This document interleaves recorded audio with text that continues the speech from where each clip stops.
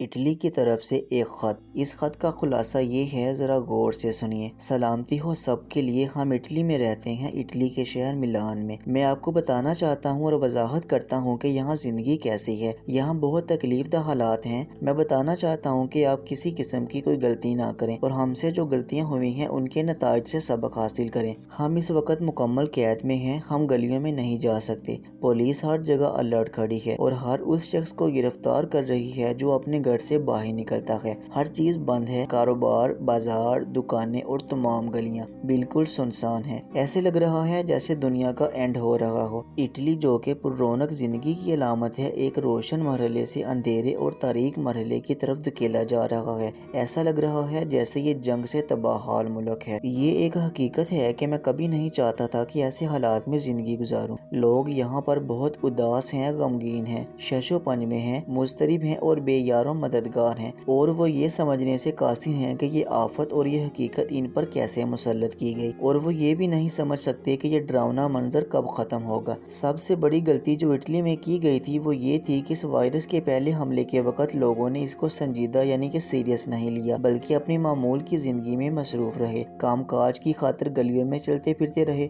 گھومتے رہے، اور وہ سمجھتے رہے کہ یہ لطف اندوز ہونے کا موسم ہے۔ دوستوں سے ملنا جلنا اور شادی وغیرہ کے اجتماعات میں شامل ہونے کی وجہ سے سب نے غلطی کی، اور آپ بھی وہی غلطی کر رہے ہیں۔ میں آپ سے ہاتھ جوڑ کر فریاد کرتا ہوں اور یہ کہتا ہوں کہ آپ احتیاط کریں۔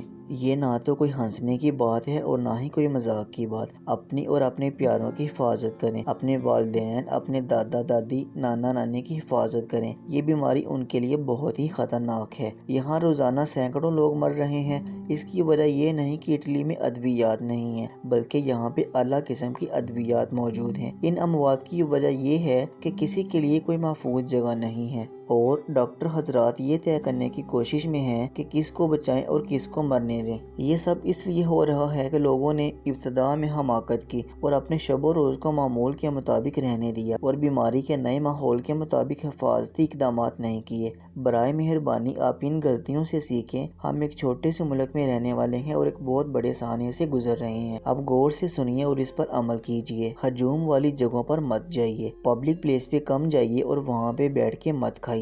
زیادہ تر وقت اپنے گھر میں اپنے پیاروں کے ساتھ گزاریے۔ محکمہ صحت کی ہدایات کو غور سے سنیے اور ان پر سختی سے عمل کریں اور ان کو مذاق مت سمجھیں۔ ایک دوسرے سے بات کرتے وقت کم از کم 1 میٹر کا فاصلہ رکھیں، قریب مت آئیں اور ایک دوسرے سے گلے مت ملیں۔ احتیاطی تدابیر اختیار کریں اور دوسروں کی غلطیوں سے سبق حاصل کریں۔ ہم آپ کو مشورہ دیتے ہیں کہ وٹامن سی استعمال کر کے اپنے جسم کی قوت مدافعت کو مضبوط بنائیے۔ طبی عملے کے ساتھ تعاون اس بیماری کے خاتمے میں مددگار ثابت ہو سکتا ہے۔ اٹلی سارے کا سارا قید خانے میں تبدیل ہو چکا ہے، جس کا مطلب ہے 60 ملین لوگ قید میں ہیں۔ یہ سب کچھ روکا جا سکتا تھا اگر لوگ حماقت نہ کرتے اور شروع میں ہی احکامات پر عمل کر لیتے۔ اپنا اور اپنے محبت کرنے والوں کا خیال رکھیے۔ خدا حافظ۔